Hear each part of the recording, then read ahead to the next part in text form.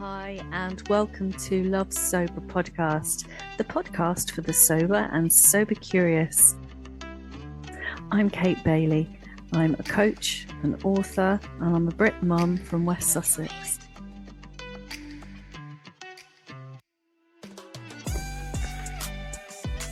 Hi, and welcome back to Love Sober, the podcast for the sober and sober curious. And today I'm delighted to welcome Fiona Catchpowle. Hi, Fiona.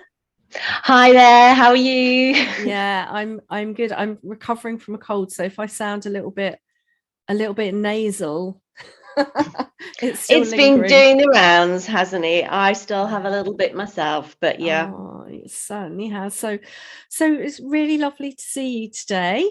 And it's lovely to see you. And I just have to say, I received your book. Thank you very, very much indeed. I can see it over your shoulder there, and it is gorgeous. I've read the first few pages, and I can't wait to get stuck in.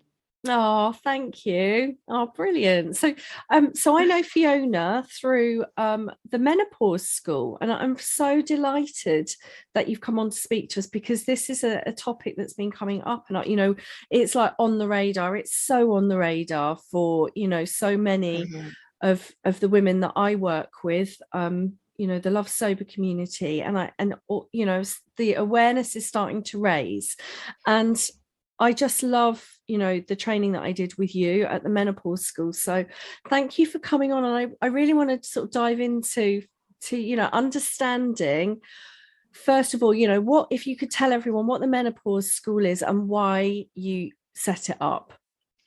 Well, the Menopause School is a collection of resources and a training program specifically designed for people who want to be able to create confident conversations and supportive conversations for the people that they're working with.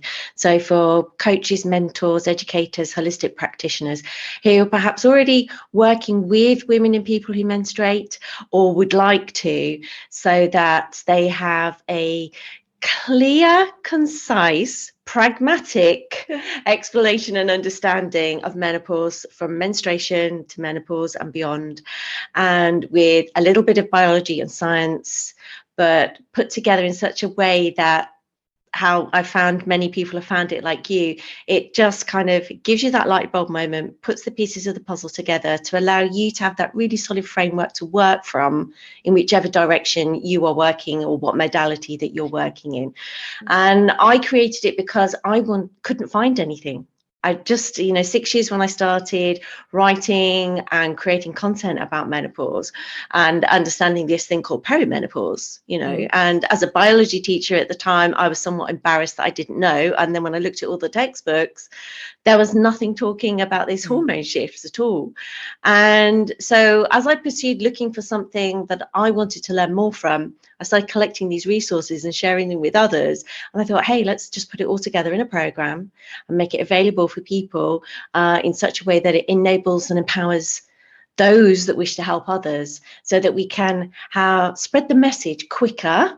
It still feels like it's taking such a long time for everybody to understand hormone health, but we're getting there, and that's what we're doing here at the Menopause School, and thanks to people like you that have joined us as well. Oh, thank you so much. So, and I really found that from my own personal journey, and we'll probably talk a little bit about that in a bit, because I was one of those women who I got sober in my early 40s, and then about 6 months into it, maybe a year into it, I felt like I was like, why am I suddenly not okay? Like I've been bossing this, why am I not okay? And now with the kind of the learning that I've done with you, and now I go to I have menopause support, I would say I am pretty much menopausing now. But I'm astonished by the bad advice, the incorrect advice I was given by my doctor, my GP, who sent me away with antidepressants. And now that we know that shouldn't be the first line of treatment for women, who are displaying those kinds of, symptoms. But obviously we'll dive into that.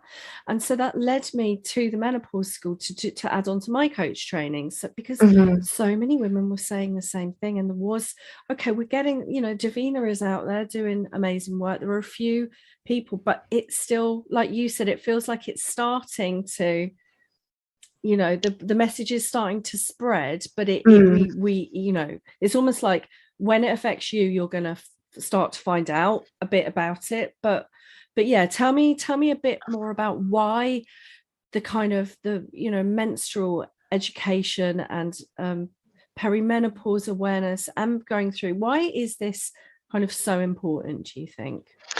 It's so important because it impacts your total health, and we are not taught about it at school in the right way. We're not taught about it at any point in formal education or otherwise in the right way. And I think that's what's been holding people back. There's a story and a narrative that's as if that menopause suddenly happens and it comes out of nowhere, but it doesn't. And so one of my light bulb moments in how I was formulating the education was connecting the fact that the story of menopause starts with the story of menstruation. And we don't talk about menopause because we don't talk about menstruation, and we don't talk about menstruation because no one taught us how to. And we don't learn enough about the hormone health as young menstruators starting out in life. And then even, I think you probably have to have a couple of years of menstrual cycles to be able to move to the next level in your understanding. It's one of those chicken and egg situations. And then you could actually deliver people with a little bit more biology. I think things have been dumbed down and medicalized, and it's, oh, you wouldn't possibly understand. Whereas actually try us on for size, and I think you'll find we will. But I think it's the way that it's been explained and is still explained today. And that was one of my bugbears. And as you know, in the course, I kind of like put some of those labels, descriptions correct. It's things like you constantly read, it's due to menopause is caused by plummeting levels of hormones. Well, no, let's just unpick that a moment. That's not the cause, that's the effect. And the fact that the ovaries actually only have an operating system pre-programmed into them for approximately 40 years. And there's some basic maths that we can look at and go, oh, hellfire. Once I've started my periods, they're going to stop. But what happens in the middle? And it's joining those dots together, I think, that if we could get the message out in this kind of relevant and meaningful way, and people could actually take it on board that this is designed to happen, it doesn't happen by accident, and that there are some simple ways of explaining it, and there are some simple things that you can do. And until we kind of turn that corner, I think I've noticed, because I've kind of been observing and been in the world for like 6 or 7 years now, and we do seem to keep going around in circles. And so I think we need to get the messaging clear and have a little bit more science and understanding. And it's not because things like the other phrases that get me are estrogen is made primarily in the ovaries during our reproductive years. And you go, okay, how does that help? Tell me more about estrogen. And then I picked up on the word primarily. I kept on reading that, and I was like, well, so there must be a secondary source then. What is that? And then understanding that there's this one core, most powerful estrogen called estradiol that features in our monthly cycle and goes up and down and up and down and impacts the 11 systems of the body. You start to go, oh, well, that explains a lot then. But why it hasn't got out into the public domain in more simple terms in the last, I don't know, 4 decades maybe? Because if you actually look up Dr. Miriam Stoppard, she wrote a book back in the 70s about it. I don't expect my mum read it. I didn't know about it until I went looking for it. And I think it's just the way the information has been presented and delivered. It's either one or the other. It seems to be very holistic or very medical. And my aim is to try and bring that all together. Yeah, I love that. I love what you said then, because I feel like I've sort of described it almost like the red tents and haggitude kind of psycho-spiritual, like I'm going to love so hard on my period, and so hard on my menstruation, so hard on my perimenopause, that I'm going to not need any HRT. And if you do it without HRT, you're really that's awful that I'm kind of, but that seems to be the kind of messaging around that, where truly or falsely there is not enough of that, you know, coming together of like, we do both. We want to feel good, we want to reimagine, we want to imagine what elderhood might look like, we want to feel probably hot in the good way through the perimenopause, through the menopause, beyond, like I want to feel like a goddess.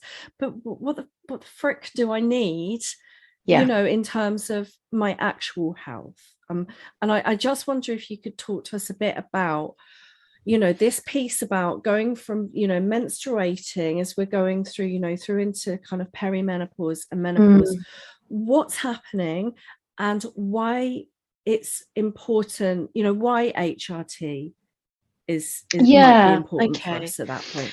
Well, the first thing I'll mention that will then I'll come back round to with regards to the HRT is to remember this particular estrogen called estradiol, and that's the one that features heavily during what's called our reproductive years, which is for some people an unfortunate labeling, because they may have chosen not to reproduce or not interested or are unable to. But in actual fact, biologically and medically, we are defined as being in our reproductive years, from periods to no periods. So I always find that some people turn off with that and go, well, you know, I've never had a baby, so it can't apply to me. That's not what reproductive aging means. Aging then mean it also then puts some people off, and you go, sorry, you're just going to have to get to grips with that. So that's what happens. Okay, so those of us that are blessed enough to grow old, let's also point that out as well. So some people are not blessed to do that, but aging is not optional, as it were. You know, growing old is not optional, but growing up is, and I haven't grown up yet, so I haven't mastered the art of adulting, but I've definitely, my body has definitely got older. So what we have is reproductive aging and hormonal aging, and this is where the two collide. And with regards to reproductive aging, it starts from the day of your first period. Okay, so your menstruation, your menstrual cycle is when the ovaries particularly start to create increased levels of estradiol, and they do this on a monthly cycle. We have a monthly surge of this creation of estradiol, and as you know, I refer to it as like the X factor. If you imagine it's, you know, once a month there's a competition, you're in your ovaries, all that excitement building up creates a higher level of estradiol.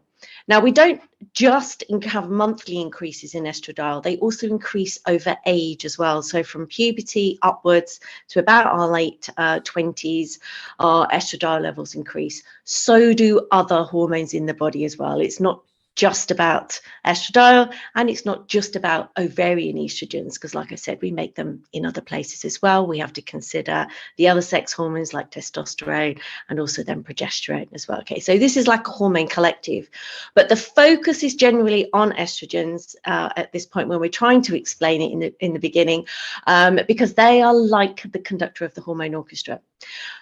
So if you imagine you're listening to an orchestra or a piece of music, and the conductor is going AWOL, or, you know, waving their arms around haphazardly, you get a different beat, you get a different rhythm, you get a different sound. And this is what our menstrual cycle is like, on this rinse and repeat, what we call an infradian rhythm.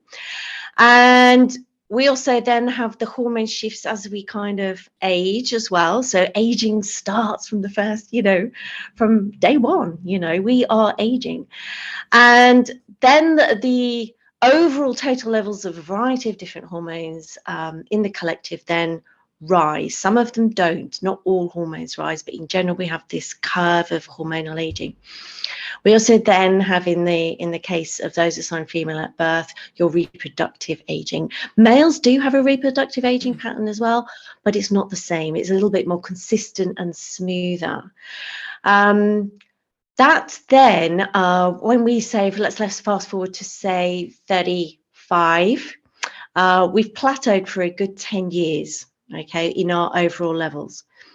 They then start to decrease because the X factor competition is coming to an end. It's probably got about 10 years left. We have kind of like a 40-year window roughly of ovarian activity in this way. And so after about 30 years, we've had a couple of different operating systems as we've gone along our hormone highway. And now we're getting to, like, you know, version 3.0, for example. And the ovaries start to reduce the amount of estradiol. The X factor doesn't happen in such an exciting way. There's not so much created. So levels start to gradually fall. Non-ovarian estrogen, so hormonal aging, also contributes at this point in time. We don't know exactly for each individual person when this is going to happen, but about 85% of it can be determined by your genetics, which is why you're quite often asked about your closest female relative and what their periods were like and what their menopause was like. And as those levels come down, and in particular the estradiol is only works on about a 20-80 principle. It actually in volume is probably only about 20% of the circulating estrogens, but it actually has about an impact of about 80% in all of these 11 bodily systems, including the liver, which we'll drop in there for the moment, and your immune system, because we'll circle back to that in a minute. And as those levels drop, it can be quite erratic because the ovaries go into this kind of teenage, bit like puberty. You'll quite often hear perimenopause referred to the reverse of puberty. So when the ovaries are first getting the hang of this cycle, it's a bit intermittent. And on the way down, it can be intermittent also. So you have these ups and downs, and particularly of the estradiol. And as the conductor of the orchestra, this has a huge impact on what's going on. If you were to introduce hormone replacement therapy, and we talk about that briefly, the key hormone in hormone replacement therapy just so happens to be estradiol. It's the same hormone that has created these power surges in our body. Okay, estradiol can also, we have to be completely transparent to say, when there's too much of it, in our own natural bodily systems can cause problems as well for us. And we hear things about estrogen positive breast cancer, for example. But when taken at appropriate times, it can be incredibly beneficial for some people to kind of smooth the curve. It sounds almost counterintuitive if you have natural body levels going up and down and up and down. But you smooth the curve and it kind of can help alleviate symptoms and things like that, because this erratic behavior creates a lot of inflammation in the body and has this impact on the 11 systems of the body. So that's why HRT is talked about in those terms, because of the estradiol, which I just need to bust a myth. It's not actually extracted from yams. Just need to be clear about that. I know it does the rounds and they talk about it being plant-based. Okay, there are a couple of chemical processes involved in the process, and what's extracted from the yams is something called disogenine, and it can be extracted from soya. These things go into a laboratory. It's not like crushing grapes with your feet in a wooden. It's not a natural process. You can't squish yams and have disogenine juice in a juicer, for example. Okay, it goes through a chemical process. That disogenine is then the master chemical to create a lot of hormones, and estradiol is one of them. And then once the levels kind of, during this phase, we call it perimenopause. So it's the time leading up to menopause, which essentially that label, which it's just the wrong word. Okay, it doesn't mean what it says anymore. It comes from the Greek pausis, which means to stop, but in modern English the word pause sounds like it's temporary, but it's not. It's when your periods stop finally, and they've stopped for 12 consecutive months. The X factor is off air, the ovaries no longer want to play ball and release any eggs into the system, and your periods will stop. Then the estradiol is no longer made in the ovaries. They do continue to make some androgens for a few more years, which can be converted into other estrogens. And then our secondary sources that have been ticking along all the way along actually then become the major source of the estrogens in that whole family of major and minor hormones. Because there is a big part of this, isn't it? Some of the misinformation that's sort of out there is around it's not just about symptom management. Of course, we don't want a whole host of nasty symptoms that are knocking us off balance. But could you talk to us about the piece about disease prevention and why it's a good idea? Yeah, well, managing your hormone health is a good idea in general, with or without HRT. Okay, now, again, we are HRT advocates, but it's not a single bullet, it's not a single solution, and it doesn't always work, which is why you need to have your menopause toolkit or menstrual health toolkit really robust and varied, and put as many things in there as you can. And it's also about habit forming as well and things like that.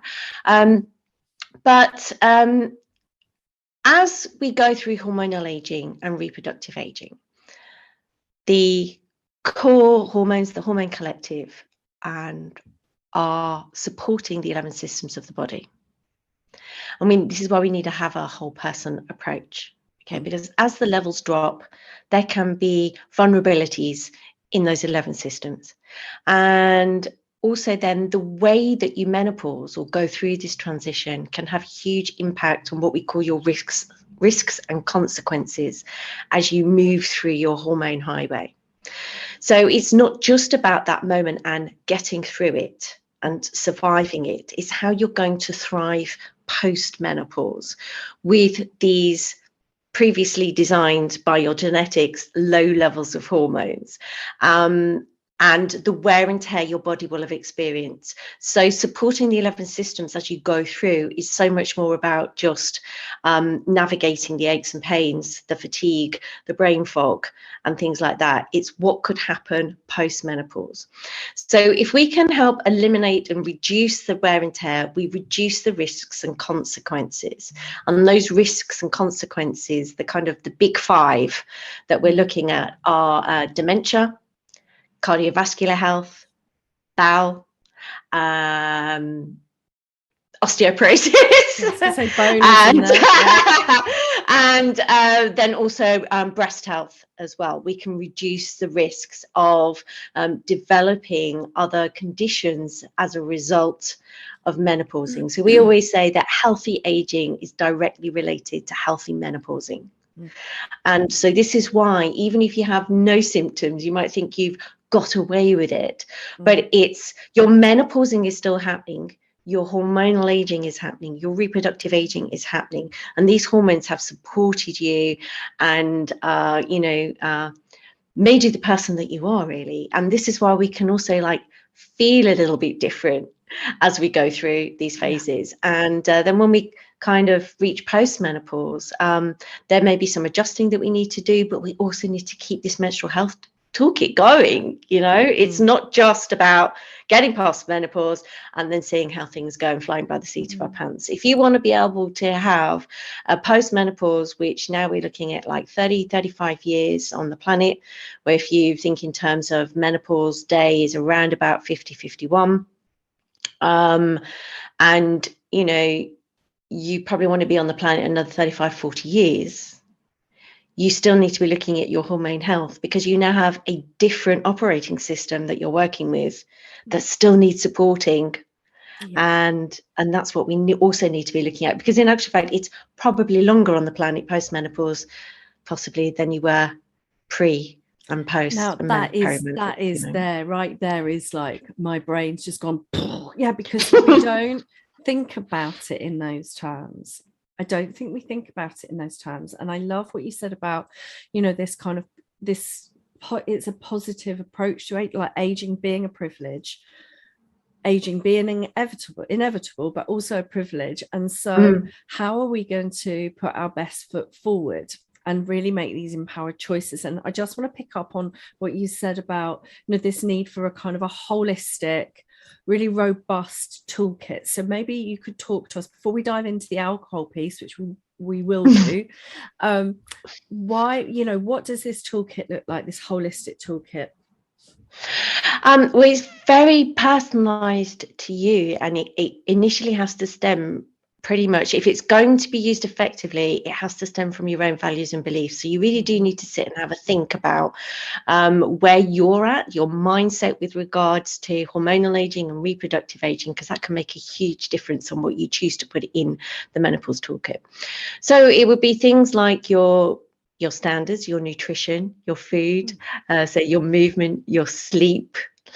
But it's also about relationships with the people around you and how you're going to have, it can be a lonely time, and you really do need a team around you. I know they say that it takes a village to raise a child, but it takes a team to go through menopausing at times. And you've got to be, I think you need to be open to that.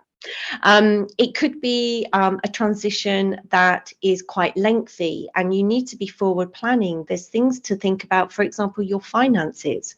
If you're one of those people that has experienced perhaps really bad PMS, or there's evidence to suggest those who've experienced bad PMS and postnatal depression may experience really serious perimenopause symptoms, and you might be at the height of your career. So you need to be looking at all these different components and putting the jigsaw puzzle together.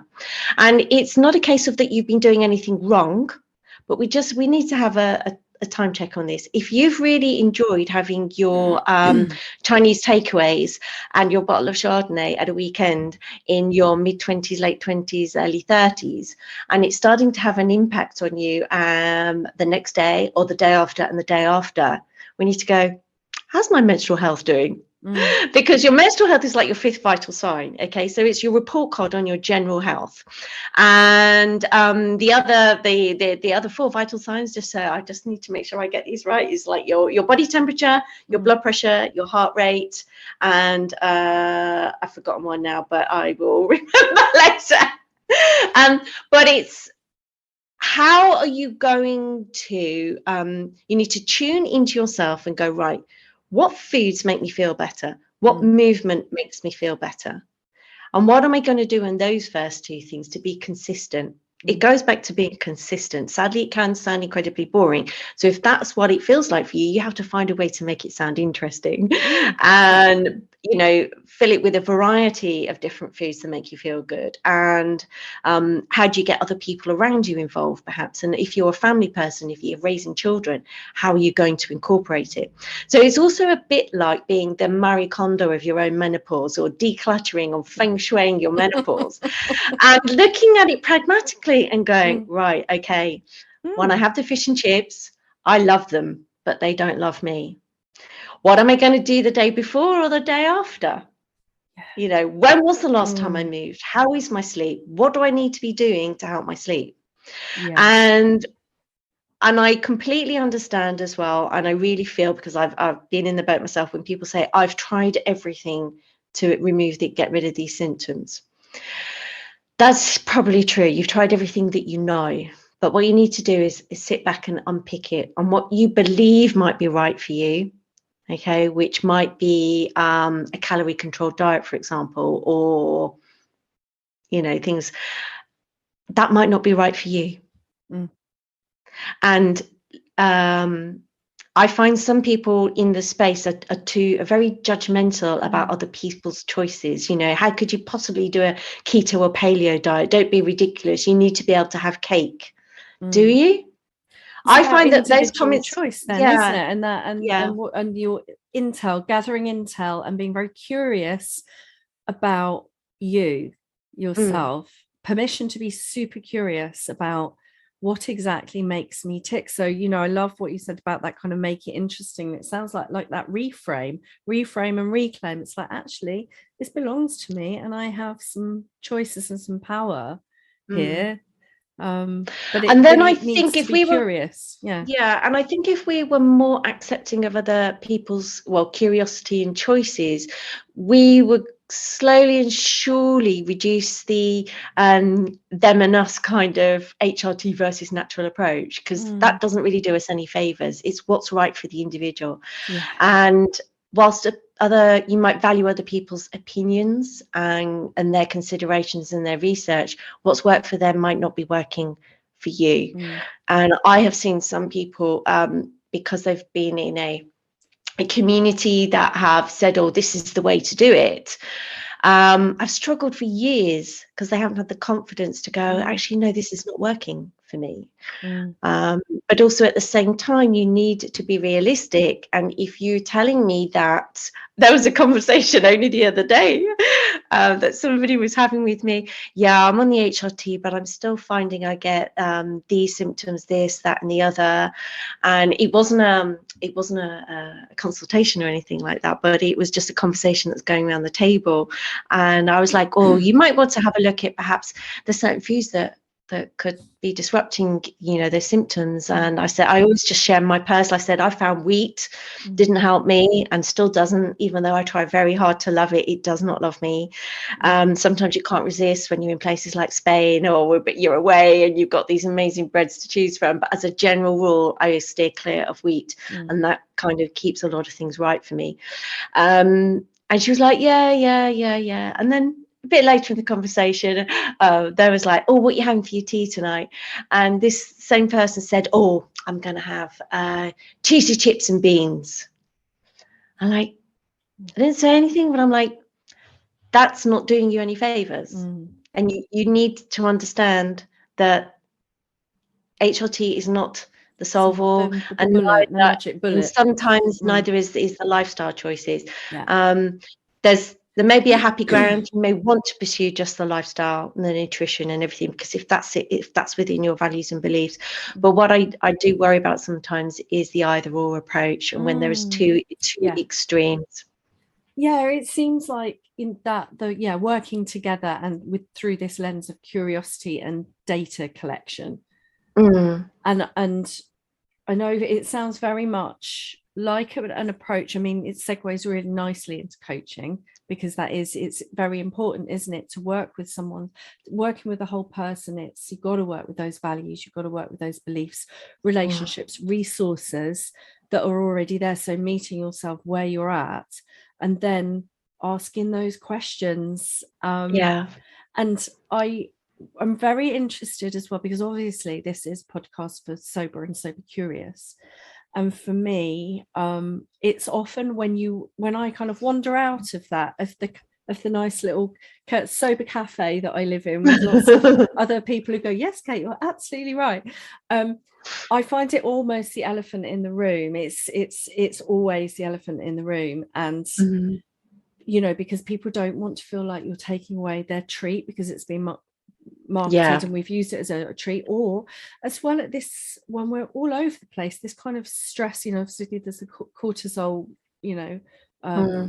response in there, and when we're maybe having these fluctuations, we're feeling stressed, we're not coping so well at work, this all starting to happen, and then we're told, from my perspective, we're told, well, just have a glass of wine. Of course you should put your feet up and have a glass of wine at the end of the day.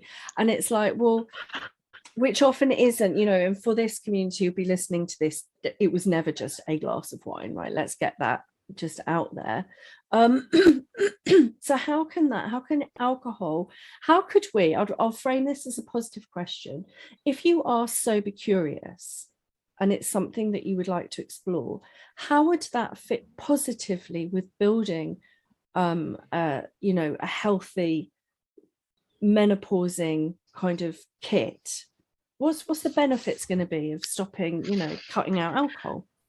Wow. Well, it would be huge, because that would be one of the first things that are causing inflammation next to sugar. Okay, so next to sugar and the undesirable fats, for example. So the things in your nutritional toolkit, for example, that would be creating inflammation, non-nutrition, let's say, would be alcohol, because it's just an inflammatory. It's also, as well as that initial kick of the after that, not so. Biologically speaking, it's causing havoc in your body. So when there's already a lot of inflammation and havoc going on, and your liver is, its number one priority is to keep you alive. So it will prioritize toxins.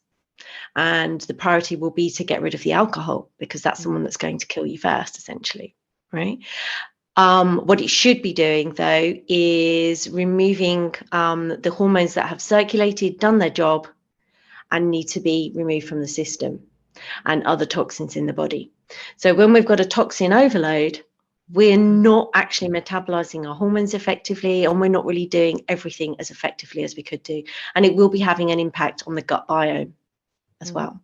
And when estrogen levels, estradiol levels in particular, are falling, one of the systems that it supports, I've talked about these 11 systems, is actually the gut biome and the liver and your immune system. So if your levels of estradiol in particular are fluctuating, at some points you will be well supported and you may tolerate the alcohol better. And at other points, you will not tolerate the alcohol as well. So this is why there could be, changes in how at different times of the month. If you cast your minds back when you were younger and consuming alcohol, that there would have been different times in the month where you would have tolerated it in a different way. And that would have been primarily due to the levels of estradiol in your system.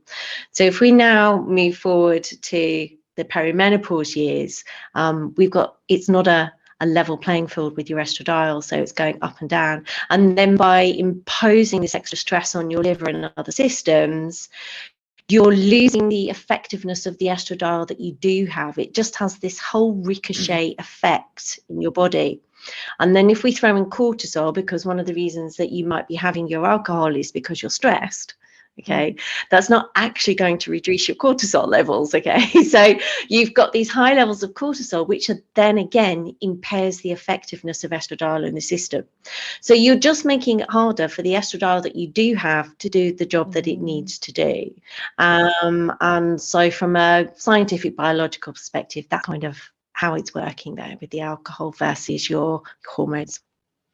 Yeah, thank you. That is so super clear. It's so brilliantly explained. Thank you. The other thing, part of this, I think is so important, the holistic side and kind of knowing what you're like almost emotionally, because we are so hard on ourselves, aren't we? And that inner critic.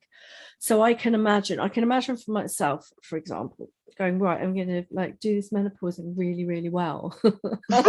Yeah. I'm going to do it so well. And then, and it becoming a bit, I could be quite mean to myself. So what you're saying is around that sort of self-compassion, curiosity, learning, contingency. It's almost like, you said you weren't good at adulting, but I was like, that's really adulting as well. That's adulting, and very good adulting. Oh, you just asked my children about that one. But yeah, and I love what you said about just this kind of, it sort of feels sort of respectful, empowering, compassionate, realistic, having the good information, and also having that lovely connection that you talked about, having that kind of your collective, your the menopausing crew, your So Solid crew kind of thing is really I turned important. to my daughters for that initially in the beginning, because I was essentially single at the point of most of my perimenopause and have been ever since, actually. That's why I'm not very good at adulting. But I turned to them because it was like we would have pre-briefing sessions and debriefing sessions, because I got to learn what my triggers were and things that might I never thought I had mood swings. I always used to say it was everyone else, and I literally genuinely thought that. It wasn't until a few years later that I was being a bit realistic with myself. But I also kind of knew then, with tracking my menstrual cycle, even though it was erratic, I kind of figured out where my strengths and vulnerabilities were going to be. And if there was something that was coming up or that we were doing, or I suddenly started to feel levels of anxiety, my first thing I would do is, crikey, where am I on my menstrual cycle? When did I last have my period? Am I at a low point? Am I at a high point? And I'd say to the girls, right, we're doing X, Y, Z, or you've said something this morning which upset me, flip my switch, and it's because of this. This is where I am on my hormones. Right, okay, yeah, all right then. So could we just be a little bit careful, how, we found a way of talking about it that suited us. And it was mostly because I took my youngest daughter with me to a presentation on hormonal decline, because I said, I'm not likely to remember all of this because of brain fog. I need somebody next to me who will. So she begrudgingly came with me, and I bribed her with cocktails afterwards. But at the time, she then found it incredibly interesting and was the one asking all the questions. And then we heard this phrase, hormonal decline. It's the first time I'd heard it, and I was like, yeah, I get it now. So that diagram that we have in the course where the hormones are going down, I first heard of it referred to as hormonal decline as opposed to perimenopause. Yeah. And she raised her hand and said, so is this going to happen to me? And this room of 50 something women turned around and went, yes, it is.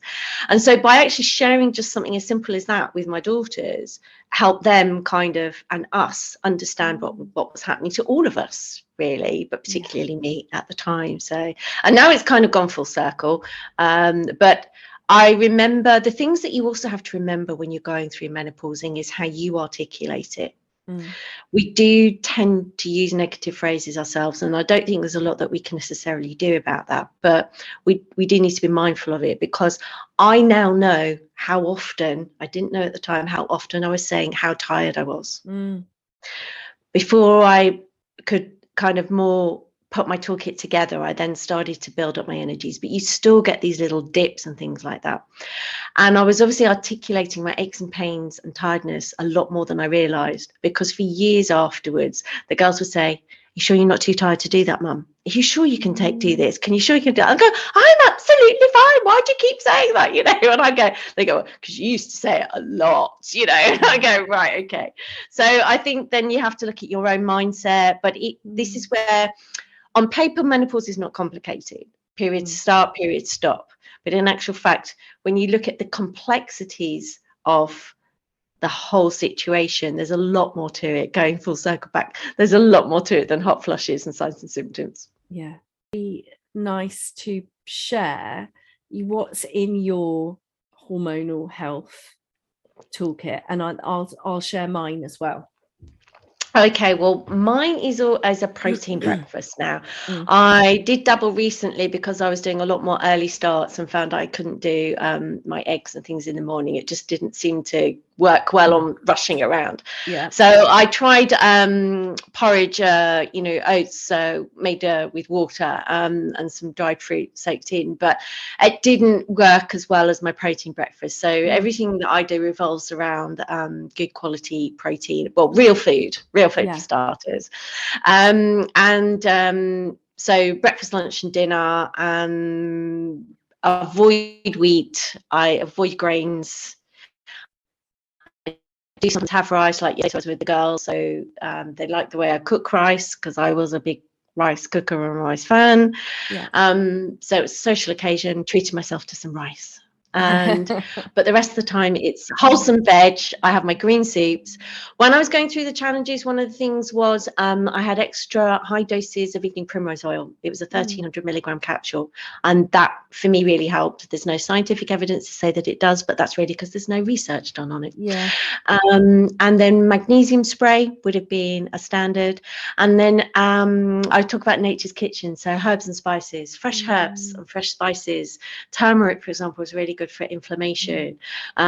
Mint is good for digestion, because I found that my digestive system was like, I would find it a bit of indigestion quite often. So I found fresh mint in foods and coriander.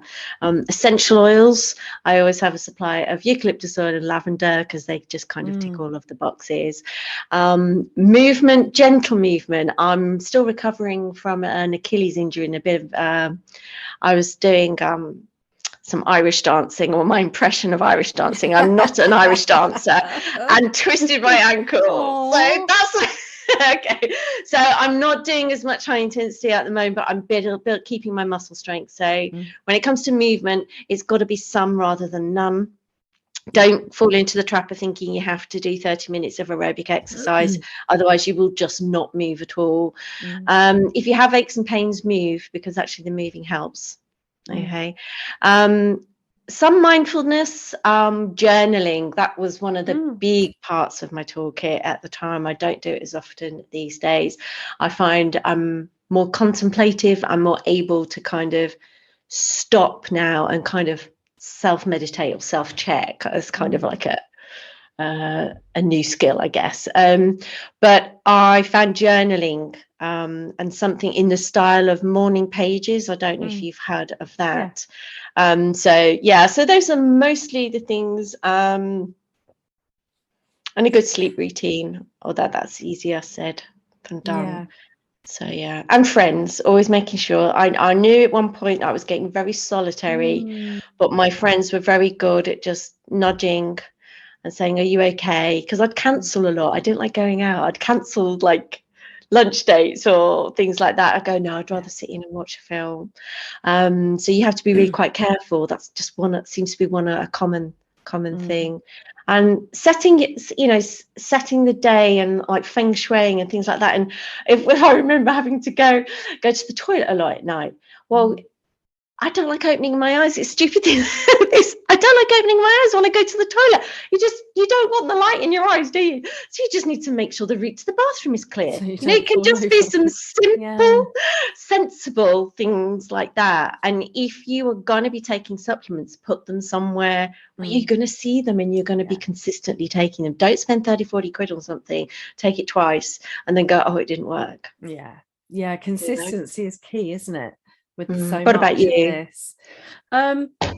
So for me, I'm very interested in what you said about the high protein, because I was always a carb queen, and it doesn't suit. And I've noticed recently. So obviously, alcohol is a massive one for me. So I just I think that was like me really putting my best foot forward, because then I could actually listen. I could hear some of the symptoms. I could hear the more subtle things that were going on with me as they became less subtle, I'd say. So I wasn't masking. So I think from that point of view, from the sober curious point of view, obviously that alcohol, for so many reasons, the liver, the inflammation, the cortisol connection, the neurotransmitters. If you've got brain fog, nuke your neurotransmitters. That's not going to help anything. No. So obviously alcohol.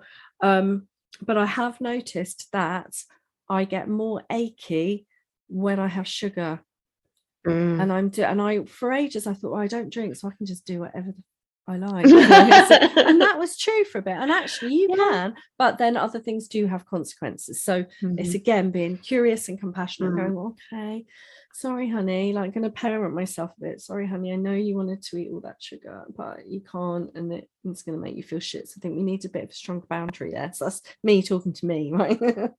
So there's that. So a protein, I have to really work at getting protein in my diet, because I would just go to the carbs still, but they're not my friend. I'm discovering more and more. So that, and I was on the antidepressants, and I have just recently tapered off.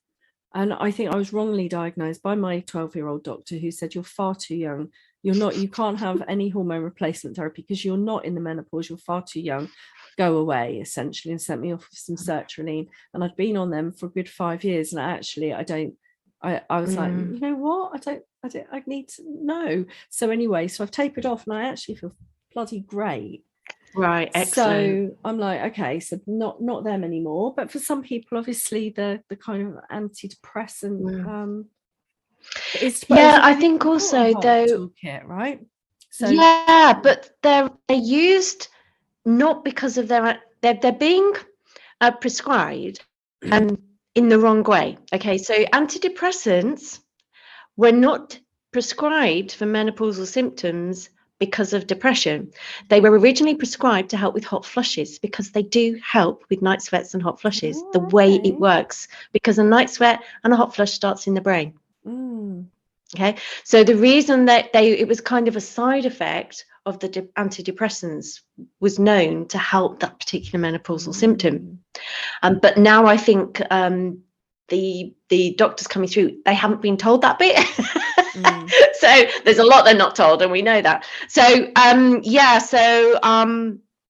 there was a reason for that, because my friend also did have a very, very good nurse when she came back to the UK, and she said to me, well, she said I've told her that she was on HRT, so but the one symptom I wanted it for was my night sweats, and that hasn't helped. And the nurse has suggested antidepressants. I went, great nurse, old school, knows her stuff, because that was actually one of the real reasons why they were used. But yeah, carry on. So what else is in your toolkit? Sorry. Yeah, no, that's really, really interesting, actually. But night sweats were not one of my symptoms. So then they were prescribed incorrectly. Yeah. But that's really interesting to know that it can be for that. Anyway, that's an whole other conversation. So what else? I do yoga. I love yoga, stretching out, and that kind of, the yin as well as the kind of aerobic stuff, to help the hyaluronic acid, when I'm holding poses in those. It's really helping with my joints. I've added in some strength training this year. Hauled my ass to the gym to do some literally lifting weights above my head and doing squats and like grunting. So that's making me feel actually really good. What else is in my toolkit? And the kind of connection, community. I do a lot of journaling, and I think what I tend to, because I'm a coach, I tend to have that kind of put everything through that lens, actually. So I look for strength-based stuff. I try and check in with myself. I just yesterday morning I woke up a bit low, and I thought, you know what, I think I need to have a little look at my values, because I'm feeling slightly a bit off. And I did Brené Brown's sheet on the values, and I sat down and I circled balance, and I was like, oh, how is balance showing up in my life? And I burst into tears, and I was like, I've got no balance. So I started to do a little work around that, and then I felt much better, because I'd identified I was feeling a little bit out of alignment with myself. So that holistic toolkit, a mixture. And I like, I'm with the what they call the Women's Hormone Clinic in Brighton. I went private for my hormone support, and I've just had my bloods taken for my my checkup. So I'm on a bit of testosterone, estrogen, and my progesterone as well, and we review it once every 6 months now, I think we do. So that's I loved the HRT in the beginning, but I didn't get on well with the progesterone. So I kind of see things from both sides now. I was very much natural before, then thought, let's give this HRT a go. Loved the estrogen, but didn't like the progesterone. Couldn't find a happy balance, and it was making me more grumpy. So it wasn't, when you say like a risk benefit ratio, the bet that just wasn't suiting me. So I went back to other things in my menopause toolkit, and now I'm post-menopause. So I think I've ridden the rocky road, as it were. So now I just make sure I've got super loads of everything else as often as possible. And do check in, like you say, and the balance. I think when you're also a passionate person, and if you're doing something you're really passionate about, that's probably one of the things that you can easily lose in your life, is the balance. And I do, when people say, what are your hobbies, I go, it's tumbleweed, menopause. It's like having that special interest, isn't it? It's like, no, I'm going to think about this, talk about this, do this all the time because I really like it. And my husband goes, oh, shut up, so boring. So I think that's what's going to try and have a few more things that I can talk about other than being sober or something. It's either my grandson Teddy or menopause. I really need to get another hobby. I need to get another hobby now. So I was only, when you said balance, I was only thinking about that myself. I was like, I need to do some other things that help my brain refresh and things like that. But so I understand what you're saying. Oh, well, look, it's been lovely to talk to you. Thanks so much for coming on and taking us through that in such a clear way and in such a relatable way as well. I'm sure that a lot of people listening in will find this incredibly helpful. So when people want to find you, where do they look? They go to themenopauseSchool.com. Brilliant. And that's where they find me. So I will just, that's really brilliantly simple. So obviously this will all be on the show notes. And so if you want to find out more, if you are working as a coach or a medic, you do one for people working in the medical profession, don't you? Yeah, we have done holistic practitioners or other therapists. Yes, we do. Yeah. So there's a couple of different avenues if you go to the and school. we have the networking as well now as well, so people can come along and see the type of way that we talk about menstrual health and menopause. So there's a button on the website there, you can come along to the next networking event and mix with like-minded people that are working in a similar way, or you want to find out more. And so the primary focus this year is on the Menopause Doula course, so the Menopause Health and Wellbeing course, so that we can create this collective of people that can have confident and supportive conversations about menstrual health and menopause. Perfect. Thank you so much. Thank you for coming on and talking to us. It's been absolutely fantastic. You're more than welcome. And if you're immediately concerned about your drinking, obviously do reach out, send up a flare. If you feel like you can go and talk to your GP, it's a good idea. If you go to Soberistas as well, there's an anonymous Ask the Doctor service there. So if you have a medical kind of question there, you could go there and just know that you're not alone. Reach out, send up a flare, and you can find us at lovesober.com. And I'll see you next time for some more chat.